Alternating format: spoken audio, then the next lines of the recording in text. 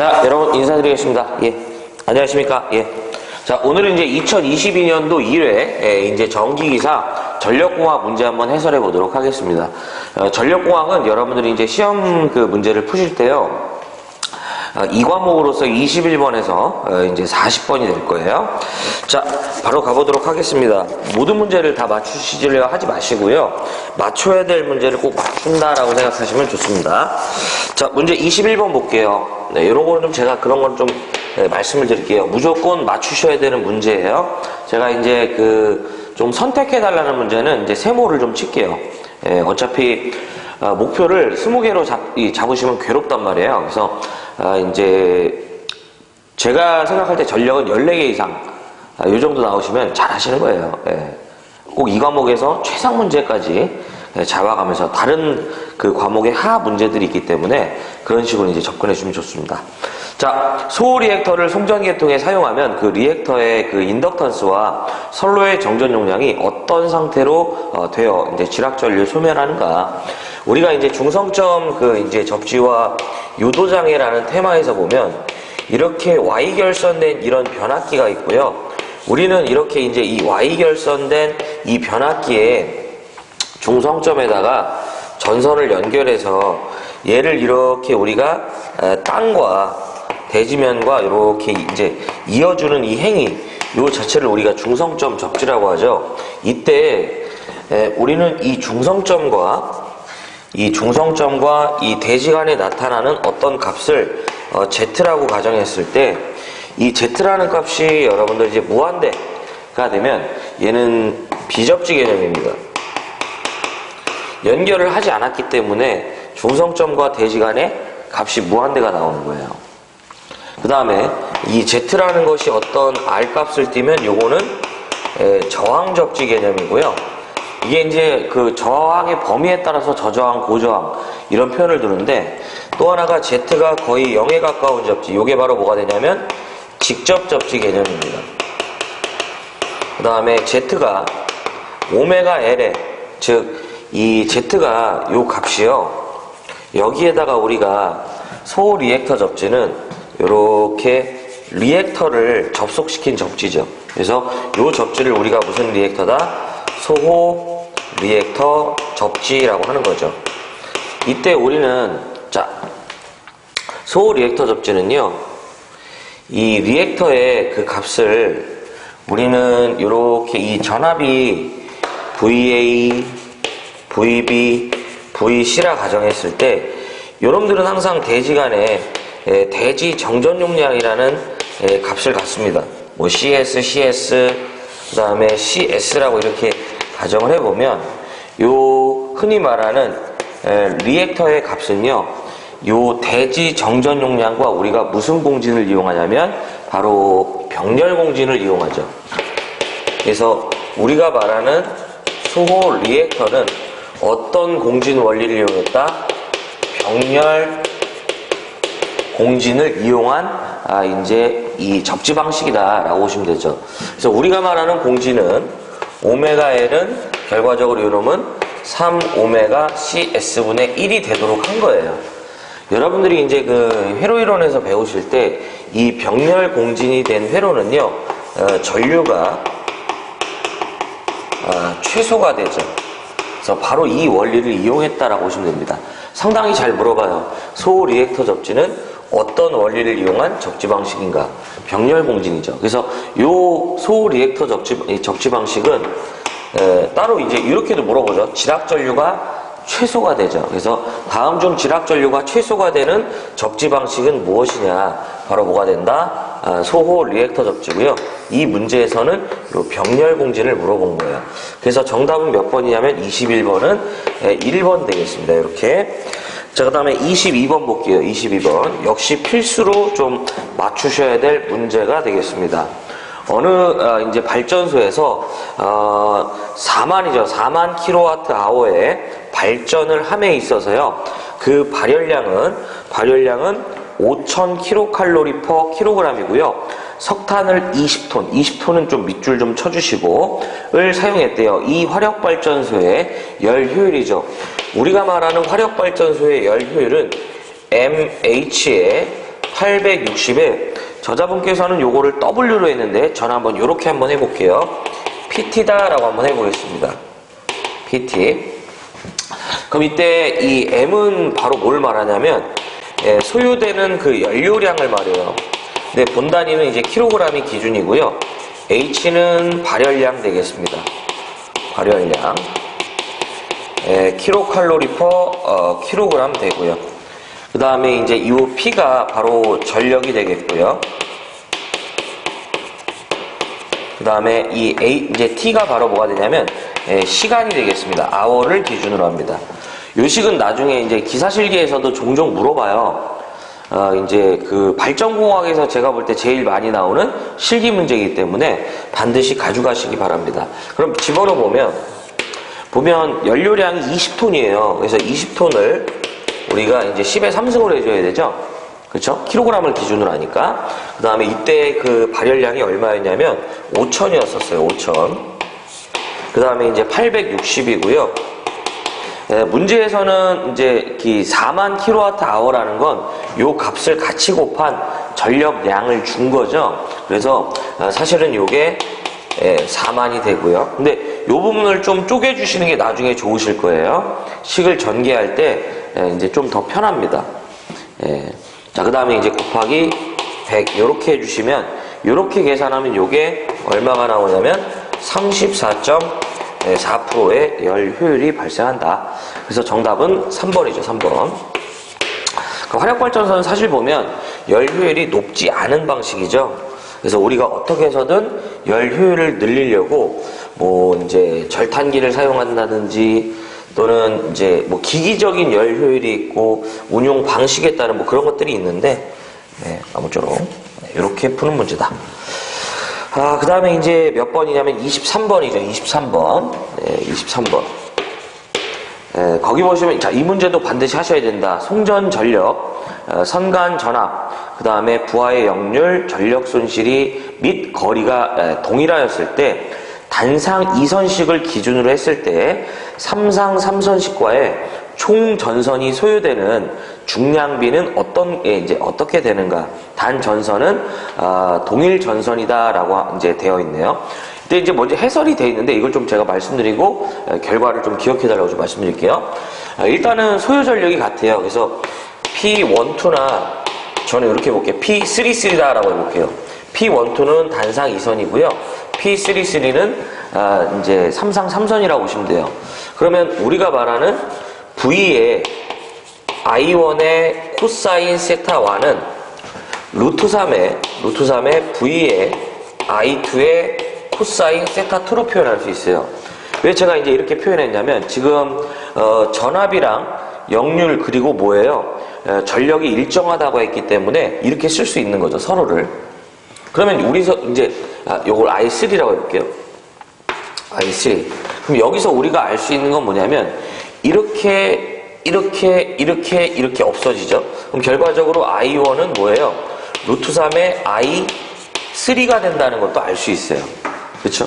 그럼 여기서 또 문제에서 뭐라고 했냐면 전력 손실마저 동일하다고 했죠. 그러면 우리가 아는 PL의 1, 2는 PL의 3, 3와 같은 거예요. 그럼 우리가 아는 전력 손실은 단상 2선식은 I1 제곱의 R이 되고요. 그 다음에 단상 이제 R1이라고 볼게요. 그 다음에 요놈은 삼상 3선식은 I3 제곱의 R3가 됩니다. 그럼 이때 좀 전에 이제 우리가 I1은 루트 3의 이제 I3가 되므로 2배의 루트 3의 I3의 제곱의 R1은 그쵸? 3배의 I3의 제곱의 R3가 되죠. 그럼 결과적으로 얘 같은 경우에는 2배의 3i3의 제곱의 r1이 되고요. 요 놈은 3i3의 제곱의 r3가 된단 말이에요. 이렇게 없어집니다. 이게 또. 그쵸? 그러면 결과적으로 이 식은 2배의 r1은 바로 r3와 같으니 r3는 즉 r3분의 r1을 한 값은 뭐가 돼요? 2분의 1과 같네요. 그래서 이제 요게 이제 이 표현을 할 때 이 이거 이제 왔다 갔다 한 건데, 요거를 이제 우리가 요 2배의 R1은 R3와 같은 거죠, 이렇게. 그쵸? 근데 이제 요걸 저렇게 표현하신 이유가 R은 로 이제 A분의 이제 L이죠. 결과적으로 이제 요걸 면적을 여기서는 이제 저자분은 S로 표현하셨는데, 결과적으로 요놈과 요놈이 반비례하므로 우리는 R3분의 R1은 2분의 1배와 같은 거죠. 그렇죠? 네. 그래서 요 내용을 기억하면서 이제 바로 뭘 구할 수 있냐면 총 소요 전선의 중량비를 구할 수 있어요. 단상 2선식은 2가닥이고 단상 3선식은 몇 가닥이다? 3가닥이니 거기 보시면 이제 우리가 결과적으로 단상 2선식이 기준이고요. 그 다음에 단상 3선식이 뭐가 된다? 이제 비교 대상이죠. 그래서 단상 2선식은 결과적으로 선은 2가닥이고 삼상 3선식은 3가닥이 되겠죠. 그 다음에 저항은 바로 몇 분의 1이 된다? 2분의 1이 되기 때문에 우리가 이제 이 부분에서 요거 요렇게 이제 이 4분의 뭐가 된다? 3이 되는 거죠. 결과적으로 얘를 요렇게 해서 요렇게 넘기면 단상 3선식은 단상 2선식 대비 4분의 3배의 비율을 갖는 거죠. 그래서 정답은 이제 1번이에요, 1번. 이렇게. 예. 그래서 요렇게 이제 우리가 이 표현을 할 수 있는데, 요거만 이제 출제되는 건 아니고요. 아예 좀 기억을 좀 해주시면 좋아요. 뭐냐면,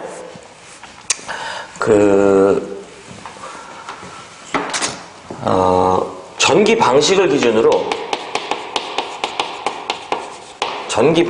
기준으로 해갖고요. 단상 2선식이 있고, 이렇게 표현할게요. 그 다음에 단상 3선식이 있고, 삼상 3선식이 있고, 삼상 4선식이 있단 말이에요.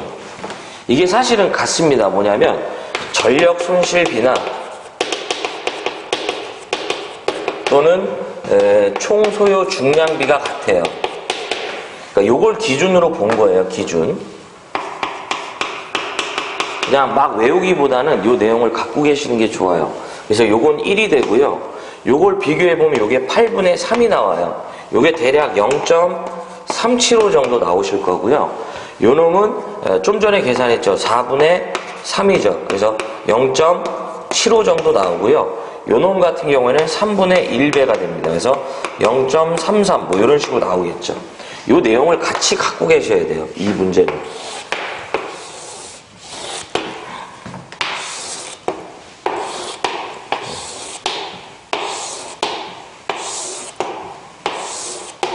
이렇게 되겠죠. 그래서 정답은 몇 번이냐면 1번 되겠습니다. 1번. 자, 좀 지워보겠습니다. 자, 24번 볼게요. 24번. 예. 그래서 23번은 꼭 이 문제뿐만 아니고요. 각 전기 방식을 같이 좀 기억하시길 바라고. 자, 24번 볼게요. 24번. 보시면은 삼상 송전선에 선간 단락이 되었을 때 나타나는 현상. 이것은 우리가 이제 대칭 성분이라고 해볼게요. 어떤 성분이냐면 각 사고별이 되겠죠. 우리가 이제 여러분들 전력에서 보면 대칭 좌표법이라는 게 있죠. 고장 해석에 보면. 그래서 우리는 삼상 불평형 고장, 즉 지락이랑 단락을 해석할 때는 이제 각 사고별로 나타나는 이제 이 성분이 달랐죠. 예, 기억을 좀 해주셔야 돼요.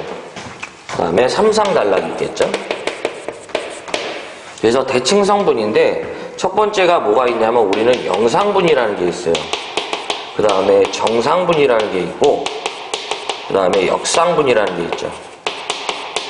그래서 우리가 흔히 말하는 삼상 단락 고장을 일으키면 그 회로에는 정상분만 존재합니다. 이어서 만약에 이제 그 사고가 선간 단락이었다면 정상분과 역상분이 나타나고요. 지락사고라면 정상, 역상분이 모두 나타나는 사고라고 보시면 돼요. 그래서 다 물어보니까 기억을 좀 하셔라. 이런 얘기죠.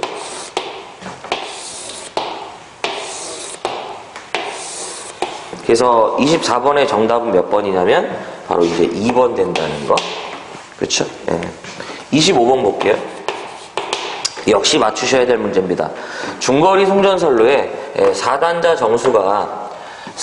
정수가 A는 1이고 B는 제2의 190, D는 1.0일 때 C의 값은 얼마인가? 우리가 4단자 정수에서 가역 조건 AD-BC는 무조건 1이 됩니다.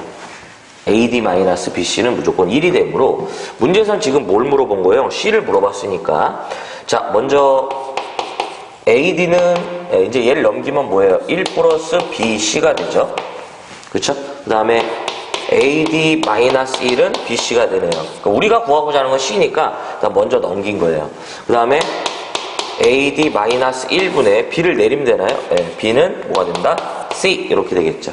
그럼 이때 A는 얼마가 되냐면 지금 1이었어요. D도 1이었는데 여기서 이제 우리가 제로가 된다는 걸 알 수 있어요.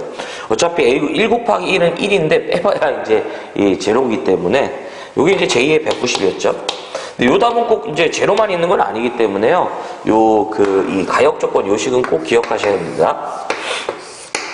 정확히 이걸 만족하죠. 그래서 정답은 1번 이렇게 볼 수 있어요.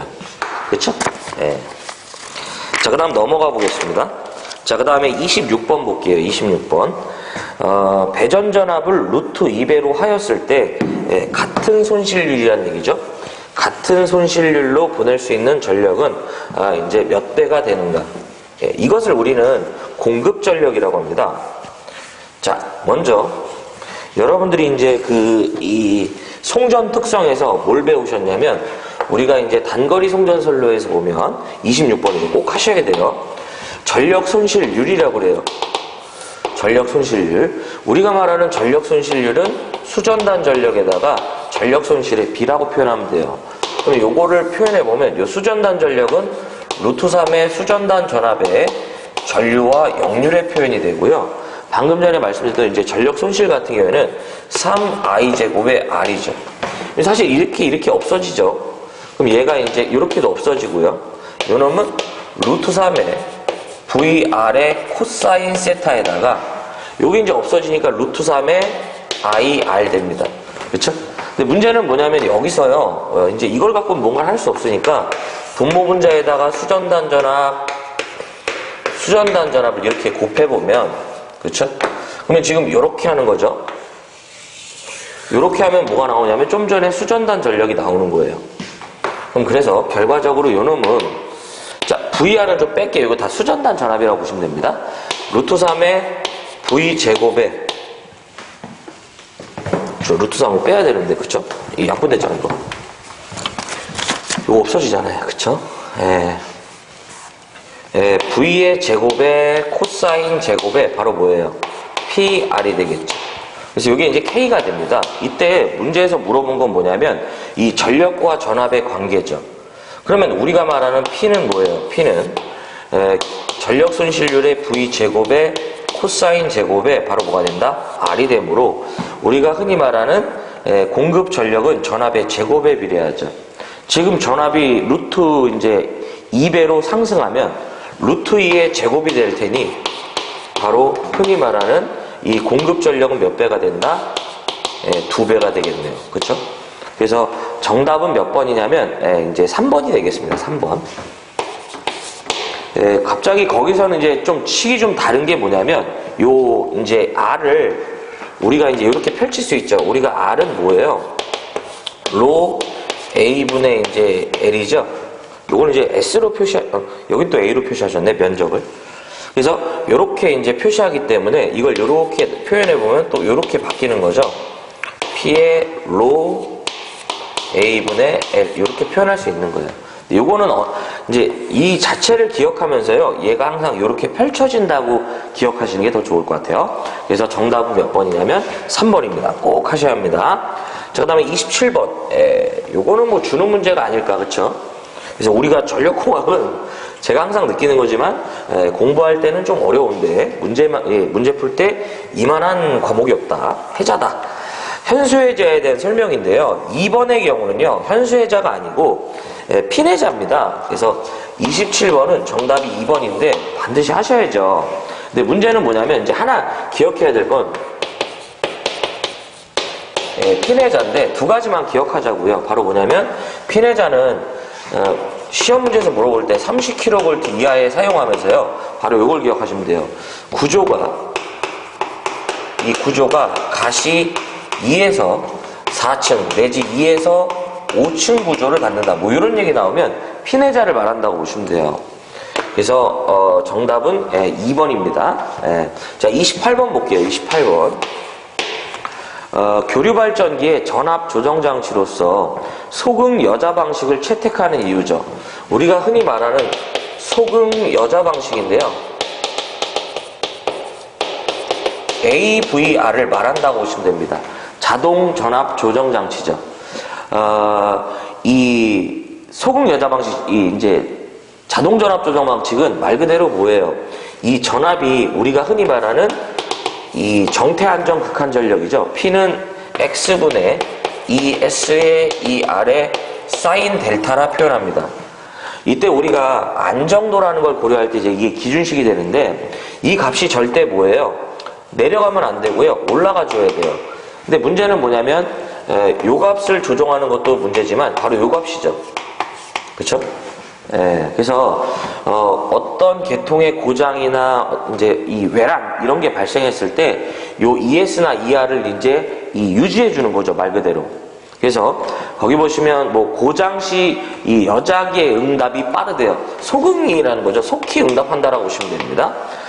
빠른 이제 밑에 그 해설 읽어버렸네. 1번 볼게요. 전력계통의 고장 발생 시 발전기의 이 동기 화력 증가시키고요. 그 다음에 송전계통의 안정도 증진에 기여하고요. 여자기의 전압 상승률을 크게 한다가 바로 이제 거기 보시면 고장 발생 시 여자기의 응답이 빠름으로 전압 상승률이 크다. 요 뜻인데 4번과는 전혀 관련이 없어요. 전압 조정용 탭을 수동 변환 이제 이 변환을 원활하게 하기 위함이다. 전혀 관련이 없죠. 거기다가 수동이라는 것 자체도 그렇죠. 그래서 정답은 몇 번이냐면 바로 4번 되겠습니다. 네. 요거는 따로 밑에 부분을 뭐 이제 보셔도 좋지만 어쨌든 요 소극여자 방식은 계통의 전압 변동을 억제하는 하나의 대책이 됩니다. 그거 알고 있자. 그래서 요거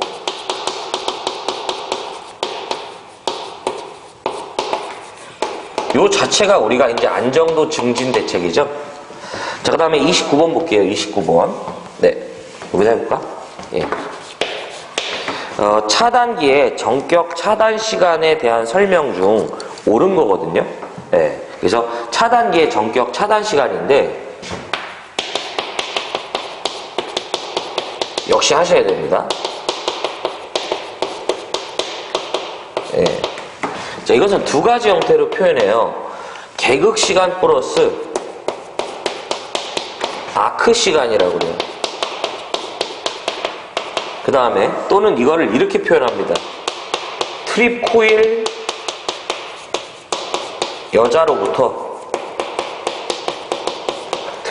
여자로부터 아크 소호 시간을 말한다라고 합니다. 네. 그러면 차단기의 전격 차단 시간은 뭐냐면, 자, 이렇게 차단기가 이렇게 있으면요. 이 차단기는, 자, 이렇게 접촉자가 있겠죠. 그쵸? 차단기가 차단한다는 얘기는 회로를 열겠다 이런 얘기예요. 그러면, 최초 차단기가 차단을 시작하면 이 극이 이렇게 열리겠죠. 그러면 그때부터 뭐라고 한다? 개극 시간이라고 하는 거예요. 근데 문제는 뭐냐면, 이 접촉자가 열리면서 여기서 바로 뭐가 생긴다? 이 아크가 발생하죠. 그쵸? 이렇게, 지금 최초 이 상태에서는요, 기계적인 상태에선 떨어졌지만, 전기적으로는 아크에 의해서 연결된 거예요. 그러면, 시간이 흘러갔고, 충분히 우리가 접촉자가 이렇게 떨어지면, 아크가 소멸되겠죠. 그래서, 바로 그걸 얘기하는 거예요. 극이 열리는 개극 시간으로부터 아크가 소멸되는 시간인데, 우리가 이제 차단기를 동작시키는 놈이 바로 트립 코일이라고 그래요. 그게 이제 바로 개극 시간이라고 보시면 돼요.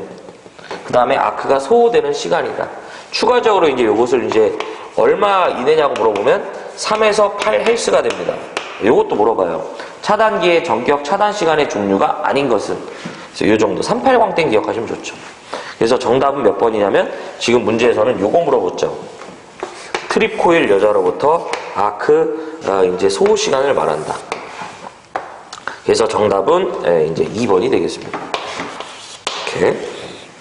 자, 그 다음에 이제 30번 볼게요. 30번. 다음 중 제점호가 일어나는 가장 쉬운 차단 전류예요. 네. 제점호인데, 제점호. 네, 제점호. 보면 이제 충전 전류를 차단할 때 전류파의 0 위치에서 이제 소거된 아크가 재기 전압에 의해서 이제 다시 발생한다고 하는데, 그냥 쉽게 말하면 이런 뜻이에요. 뭐냐면, 자, 여기 밑에 그림이 있죠? 요렇게 우리가 이제 접촉자가 이제 이 떨어지면 우리가 아크가 발생하잖아요. 근데 문제는 이제 제가 요 아크를 이렇게 소멸한다고 했는데, 요게 이제 소멸이 됐는데 갑자기 다시 아크가 불이 붙어요. 요렇게. 예를 들어서 내가 이제 요렇게 이제 아크가 발생해서 이 아크를 우리가 뭐 이제 차단기는 매질들이 있잖아요. 그런 매질들로 소호했는데, 그러니까 아크가 소멸됐는데 갑자기 이어서 다시 불이 붙는다고요. 네, 요런 타입을 우리가 제점호라고 보시면 되겠습니다. 그래서 그 얘기가 바로 이 얘기예요. 소거된 아크가 재기 전압에 의해서 극간에 다시 발생하는 것을 이 제점호라 표현한다라고 하는데, 이런 일들이 이제 많이 발생하는 것은 바로 어떤 경우냐면 진상전류 우리가 흔히 말하는 무슨 회로, 이 C회로를 차단 시에 이런 일들이 이제 그 문제점으로 발생하죠. 그래서 제점호는 바로 진상전류를 차단하는 경우를 말한다. 이것도 은근히 잘 물어보기 때문에 같이 기억하자 이거죠. 정답은 몇 번이냐면 3번 되겠습니다. 그렇죠? 자, 그 다음에 31번 볼게요. 역시 꼭 맞추셔야 될 문제가 되겠습니다. 1회선 송전선을 정삼각형으로 배치한 삼상선로에 자기 인덕턴스를 구하는 방법은, 이제 이 식은 이렇게 물어봤네요. 여기서 단 D는 전선의 등가 성간거리를 말하고요. 그 다음에 R은 전선의 반질입니다. 우리가 L은 0.05에다 0.4605에 단순히 식을 물어봤어요. 로그 10에 R분지 D의 표현을 두고요. 꼭 기억하자. 요 놈은 본 단위가 mH/km라는 거. 그 다음에 이제 우리가 이제 요거는 이제 작용 인덕턴스인데, 작용 정전 용량도 알고 있어야 돼요. C는 0.0에 2413. 이제 짝수 홀수 이렇게 기억하셔야 돼. 짝수 홀수. 로그 10에 뭐가 된다? 이제 R분지 D가 된다. 요때 이놈 단위도 본 단위가 마이크로 페러 퍼 킬로미터라는 걸 알고 있자. 라는 거죠. 이때 이제 그 R은 도체의 반지름을 말하고요. 요 D, 요게 바로 뭐가 되냐면 등가 선간 거리를 말합니다.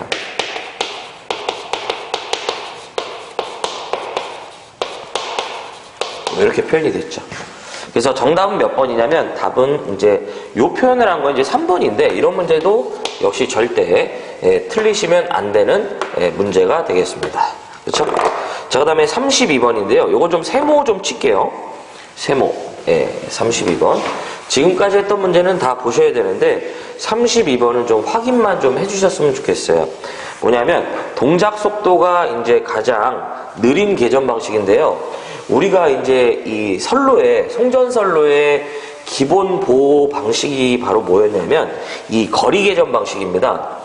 근데 이 거리 개전 방식에 흔히 말하는 그 이제 단점을 보완하는 게 뭐냐면, 이제 이 단점을 보완했다는 건 바로 고속도 차단을 하기 위해서예요.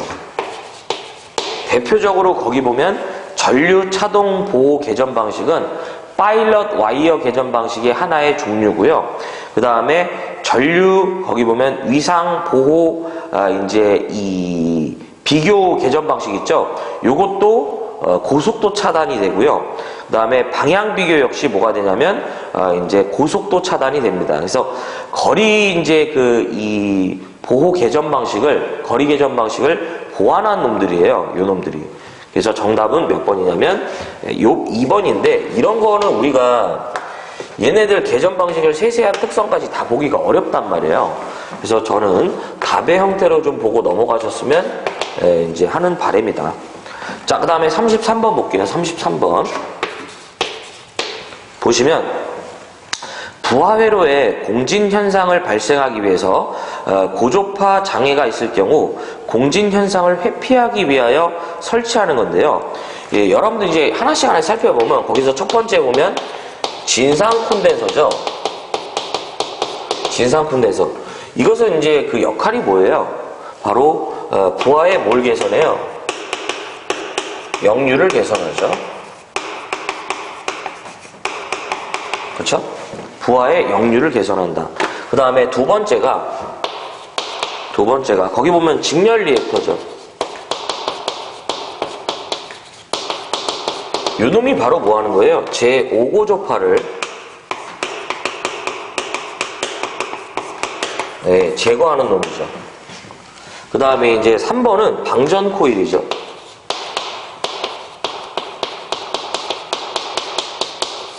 방전 코일. 요것은 이제 이 콘덴서 회로를 우리가 차단하더라도요, 내부에 아직 잔류전하가 남을 수 있기 때문에 요 놈은 잔류전하를 방전해서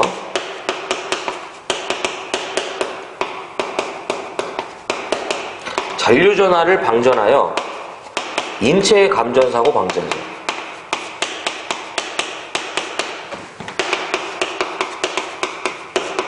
그 다음에 네 번째 V10인데 이것은 진공차단기죠. 쉽게 말해서 이제 이 부하개폐 및 고장전류를 차단하는 건데, 간단히 쓰면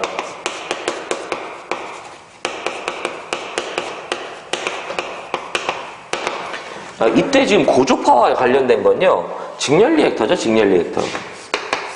그렇죠? 제5 고조파를 제거한다는 거. 그래서 이제 콘덴서 회로를 우리가 투입했을 때 우리가 이제 또 문제점이 뭐냐면 고조파가 발생합니다. 아까 전에 이제 제가 말씀드렸을 때 차단 시에는 제점호가 발생하죠. 이런 장애들이 있다는 거. 정답은 2번이 되겠습니다. 예. 보통 우리가 이제 진상 콘덴서, 이게 요것도 이제 직렬이냐 병렬이냐 좀 개념으로 나눌 수 있지만, 보통 이제 병렬 콘덴서 개념으로 부하의 역류를 개선하죠. 그래서 요 세 개는 콘덴서 회로의 이제 부속 설비가 되죠. 예, 요거. 자, 어쨌든 33번의 정답은 2번 되죠. 꼭, 이제, 잡아주셔야 된다. 34번 볼까요? 34번. 거기 보시면, 불평형 부하에서의 뭘 말한다? 이제, 역류를 말하는 거죠. 불평형 부하의 역률이다. 우리가 이제 여러분들 역률 코사인 세타는 뭐가 되냐면, PA분의 뭐가 된다? P가 된다라는 거. 좀 기억을 해주십시오. 이때 PA는 무슨 전력이다? P상 전력을 말하고요. 그쵸? 단위는 이제 킬로를 기준으로 한다면, 킬로볼트 암페어를 기준으로 하고, 그 다음에 이 P는 무슨 전력이다? 유효 전력이다. 이렇게 표현할 수 있죠. 그러면 우리가 말하는 이제 흔히 말하는 불평형 부하의 경우는요, 서로 다른 유무효 전력이 있는 거죠. 그러면 우리가 피상 전력을 계산할 때는 유효분은 유효분끼리 더하고요. 자, 요거에 제곱 씌우고, 그 다음에 무효분은 무효분끼리 더해서 제곱에 뭘 씌운다? 루트를 씌우는 거죠. 그래서 요 표현을 할 때 요것을 각상에 보면 피상 전력에 뭐라고 한다? 벡터 합이라고 표현해요. 그 다음에 위에는 당연히 유효 전력이 되겠죠. 그래서 정답은 이제 몇 번이냐면 4번이죠. 이렇게. 자, 35번 보겠습니다. 35번.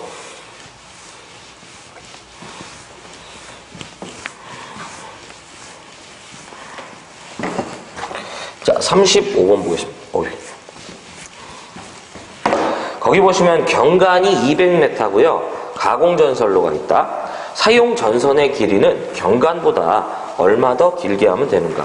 단 사용전선의 1m당 무게는 2kg이고요. 인장 하중은 4,000. 그 다음에 전선의 안전율은 2가 되며 풍압 하중은 우리가 뭐한다? 무시한다라고 합니다. 그러면 35번인데 역시 반드시 하셔야 돼요. 실제 길이를 물어본 거죠. 자, 전선의 실제 길이 L은 S 플러스 뭐가 된다? 3S의 8D 제곱의 형태로 우리가 계산할 수 있다. 여기서 S는 경관을 말하고요. 그 다음에 D는 이도인데, 자, 요렇게 지지물과 지지물 사이에 떨어진 요 거리를 우리는 경관이다 라고 표현합니다. 영어로 이게 이제 스판 개념이 되기 때문에 이런 표현을 두는 건데요.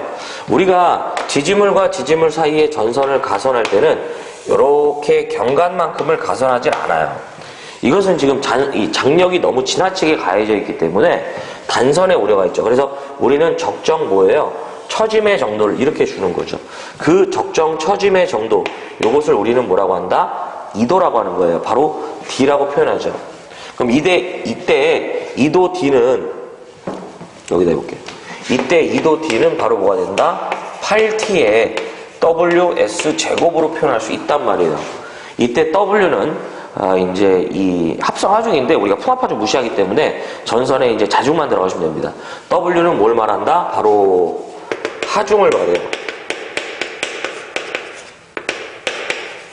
그 다음에 S는 뭘 말하냐면 경관을 말하고요. 그 다음에 T가 바로 뭐가 되냐면 수평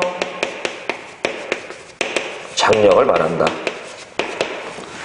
그래서 이 전선로가 받는 요놈의 수평 장력을 이제 의미하는 건데, 우리가 이걸 수평 장력을 절대 주지 않고요. 꼭 계산하게끔 해요.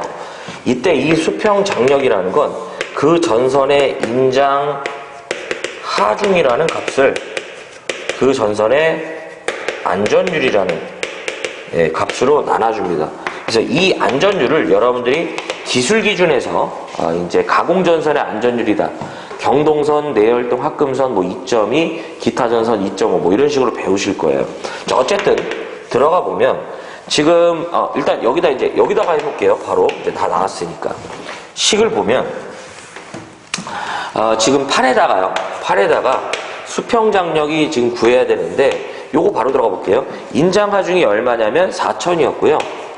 4,000. 안전율은 2예요. 그 다음에 전선의 이제 1m당의 그 하중이 무게가 2고요.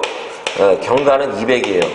두드리면 얼마냐면 요게 2도가 5m 쳐진다는 걸 알 수 있어요. 지금 이때 조건의 2도는 몇 m 쳐진다? 5m 쳐지는 거죠. 그럼 이렇게 내가 2도를 주기 위해서는 실제로 이렇게 전선을 계속 밀어 넣어야죠.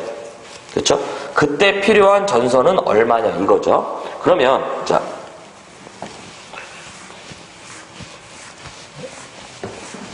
이제 문제를 한번 해설해 보면 보세요. 자, L은 S 플러스 3S분의 이제 8D 제곱인데 지금 경관은 200이었었어요. 자, 3배의 200에다가 8 곱하기 뭐예요? 2도는 5였었습니다. 5의 제곱을 하면 되겠죠. 근데 문제에서 이런 얘기를 했어요. 뭐냐면 사용 전선의 길이는 경관보다 몇 메타 더 길게 하면 되는가. 그러니까 이게 사실은 이걸 구하면 되는데요. 저는 여기서 이렇게 한번 그 경관만큼을 빼면 되죠. 이게 실제로 그 2도를 5m 주기 위한 실제 길인데 경관보다 얼마 더 길게 하냐고 했으니까 이렇게 한번 해보면 이게 이제 얼마가 나오냐면 대략 0.333 이렇게 나오실 거예요. 3분의 1이죠. 그래서 정답은 몇 번이냐면 이제 3분의 1이 된다는 거 반드시 맞춰주셔야 된다. 자, 36번도 주는 문제죠. 보시면 송전단 전압이 이제 100V, 수전단 전압을 90V, 단거리 배전선로의 전압 강하율이죠. 자, 우리가 말하는 전압 강하율은 송전단 전압에서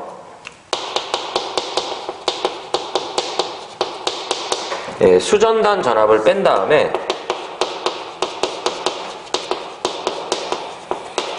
수전단 전압으로 나누면서 이렇게 이제 백분율 처리한 거죠. 그러면 지금 송전단 전압이 얼마냐면 송전단 전압이 100V, 수전단 전압이 90V, 그 다음 수전단 전압이 90V에 곱하기 100의 표현을 두는 거죠. 두드리면은 11.11%가 나온대요. 주는 문제죠. 네. 그래서 정답은 몇 번이냐면 2번. 37번이죠. 37번. 초호가 이제 아킹혼이 되죠. 역할이죠. 다 똑같은 얘기예요. 초호가 밑에 보시면 이제 소호가 다 똑같은 얘기라고요. 그 다음에 아킹혼이죠. 그 다음에 초호환, 소호환, 그 다음에 아킹링. 다 같은 얘기예요. 뭐 초호환, 얘네들은 역할이 뭐냐면 두 가지 역할을 합니다. 이제 이제 이상전압으로부터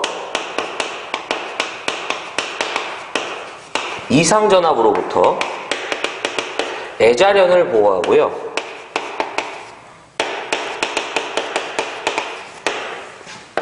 그 다음에 두 번째가 바로 이 애자련의 전압 부담을 개선하고 있어요. 균등화시킨다 이런 얘기죠. 보면 그래서 선로의 그 섬낙으로부터 그쵸, 요거 이상전압 섬낙을 말합니다. 그쵸? 애자련을 보호하고요. 그래서 정답은 몇 번이냐면 3번이 3번. 그래서 요거 이제 두 가지 형태로 물어봐요. 요렇게. 그 다음에 이제 자 38번 보겠습니다. 38번. 다음 중 환상 루프 방식과 비교했을 때 방사상 배전선로의 구성 방식에 대해서 해당하는 거예요. 요거는 이제 그 여러분들 이 배전 방식에서 이제 그 배전 방식의 종류를 물어본 건데, 말은 그 이제 환상선로를 물어본 것 같지만 바로 뭐예요? 방사상식을 물어본 거예요. 우리가 다른 말로 가지식, 이걸 또 다른 말로 수지상식이라고 해요. 이건 뭐냐면 우리가 흔히 말하는 배전 변전소로부터 대용량 전선을 하나 인출한 다음에 상황에 따라서 부하의 분포에 따라서 이렇게 부하 분기를 이렇게 하는 방식이죠. 이렇게. 이 방식은 어디에 적합하냐면 농촌이나 어촌 지역에 적합하다. 기억을 해야 돼요. 그 다음에 좀 몇 가지 특징이 좀 많았었는데 이것만 기억하시면 문제 풀 수 있어요. 뭐냐면 부하 증설에 유리해요.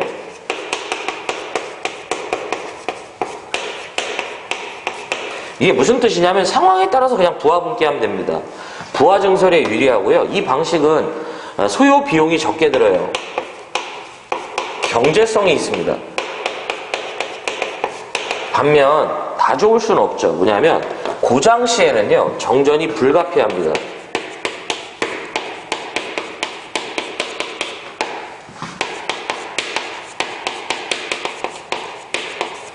요 두 가지 정도만 기억하시면 돼요. 사실은요 이 방식은 요 놈을 제외한 나머지는 다 안 좋다고 보시면 돼요. 전압 강화 크고 전력 손실 크고, 그쵸?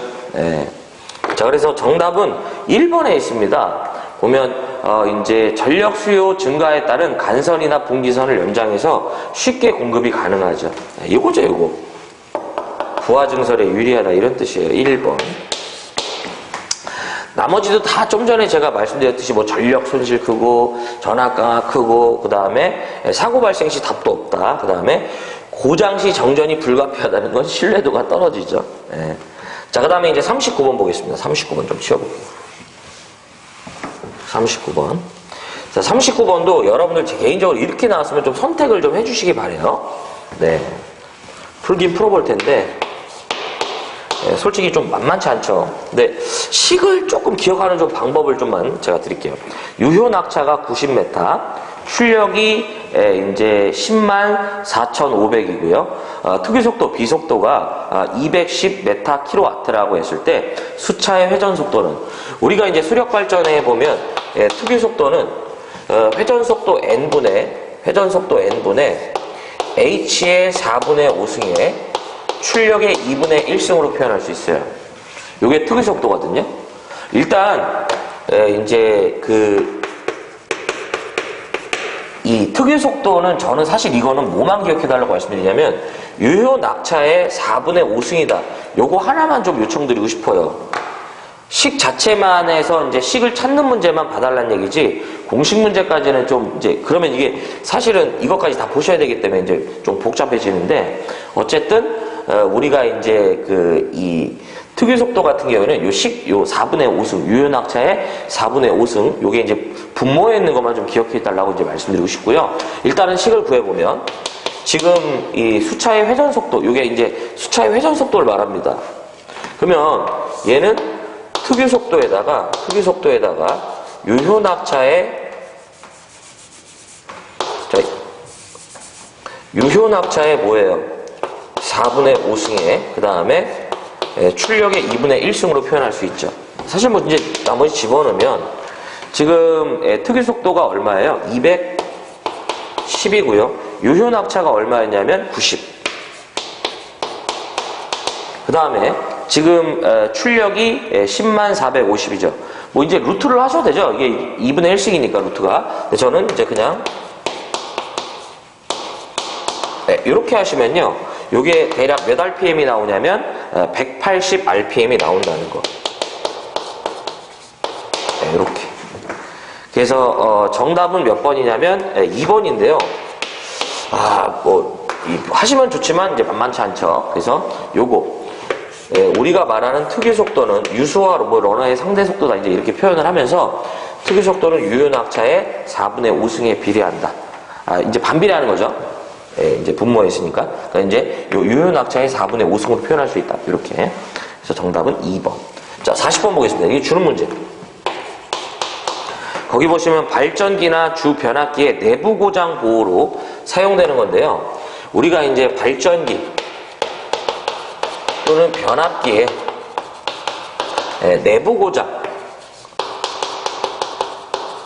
사고가 발생했을 때 보호 시 사용하는 게 바로 뭐예요?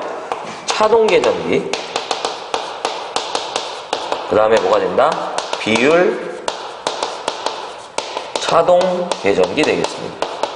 이렇게. 그래서 이렇게 정리하시면 바로 이제 정답은 몇 번이에요? 3번이에요. 3번. 요것도 좀 요거 하나만 좀 더 말씀드릴게요. 뭐냐면 이 발전기의 내부 고장 보호죠. 좀 이걸 좀 쪼개면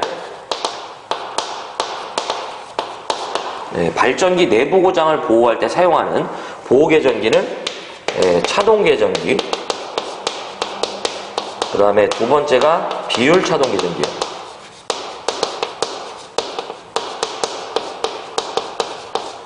그 다음에 변압기죠. 좀 쪼갠 거죠, 여기서. 변압기 내부 고장 보호 시에 사용되는 보호 개전기는 차동 개전기. 똑같아요. 두 번째가 비율 차동 개전기가 있었죠. 마지막 세 번째가 하나 더 있죠. 이거 원래 부홀즈 개전기.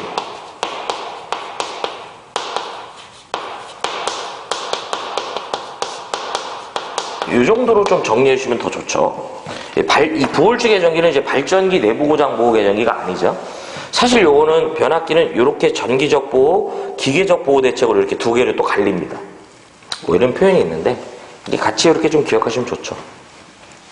자, 그래서 여기까지가 이제 그 2022년도 1회 전기기사 전력공학에 대한 해설이었는데요. 문제에서 제가 봐달라고 했던 거를 좀 다 보시기 바랍니다. 한두 번 나온 것들이 아니기 때문에요. 1번 보시면 소리액터의 그 원리죠. 병렬공진 반드시 해야 되고요.